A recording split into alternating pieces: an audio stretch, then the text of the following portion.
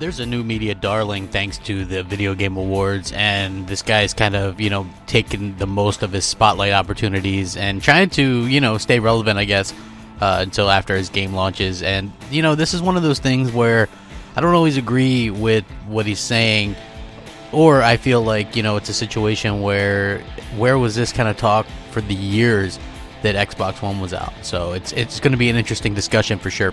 What's up, everybody? Crapgamer here with Crapgamer Reviews, back with another video. Thank you guys very much. Hopefully you guys are all doing good. Happy holidays and all that good stuff. Thank you guys for all the love and support. I appreciate it, and hopefully you guys are all enjoying the content. If you do, please hit that like button, subscribe if you haven't already done so. It helps out the channel tremendously, and I would appreciate it personally. Thank you guys very much. So Joseph Fares, who was the guy who went off on the Video Game Awards, he was doing an interview and he was talking about, the Xbox One X. They had a chance to talk to him about the new hardware releases for this generation, particularly the Switch and the X, and he seemed really excited about them. But then he said the truth is he's more concerned about the games they have, because the Fares hardware is just a box. This is his exact quote. Very exciting, but again, hardware for me is, yeah, sure, but I'm more about the games. That's what sells me. Hardware is just a box. What good is it? That's also, what's so silly when you compare PS4 and Xbox. They pretty much have the same components inside, which, that's completely wrong right there. Between the Xbox One X specifically and the PS4 Pro, completely different components inside. One of them is really good and one of them's not. So, I'd have to disagree with them on that point right there. He also noted the comparison to PCs, stating that a comparison between the PS4 and PC is impractical, which I do agree with that.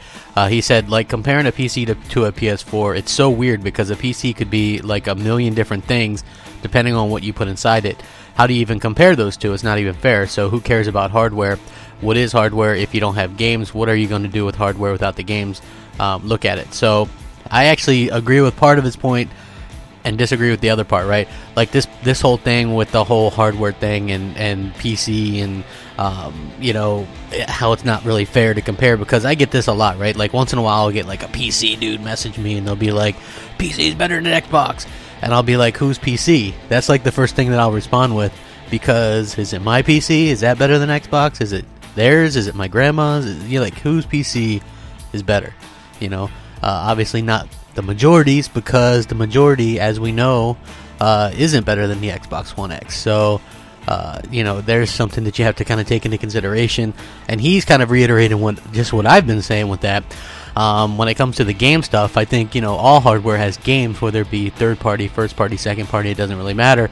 But where was this from 2013 to basically before the One X launched? That's the part that kind of grinds my gears, is that we have these people talking about games now, but when Microsoft and the Xbox One had way more games than the PS4, exclusives and otherwise, nobody was talking about, just games. It was always about resolution and power and this and that, and then a bunch of stuff didn't really matter. And now all of a sudden developers are like, it's all about the games, and gamers are it's all about the games, and Sony really has that locked up. It's like, are you serious?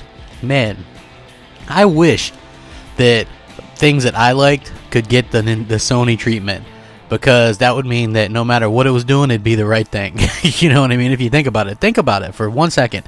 No matter what Sony does, it's always considered the right thing.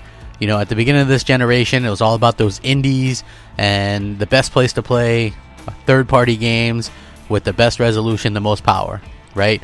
Now, Sony doesn't give a crap about the indies. It's all about exclusives and the game's narrative and single-player games and things like that, right? Like, they change it to whatever suits them, and people just fall for it every single time, and it's a bit unfortunate. But at the same time, you gotta almost applaud that, like, genius, like, the way that they're able to fool people and trick people. Like Sony themselves will call out somebody for doing CGI trailers and things, and then they'll do it nonstop, and people are like, yay, Sony, good for you. And to me, I'm just left scratching my head, like, I don't understand. So a bit interesting for sure. I will link this article in the description so you guys can check it out. Interesting stuff for sure. This guy's definitely a character. Agree with some of them, disagree with some. What are your guys' thoughts? Hit me up on Twitter at @the_Crapgamer or Xbox Live, MOH Crapgamer. And I usually respond, so let me know what you guys think. Rate, comment, subscribe. Rack 'em up. Crapgamer out.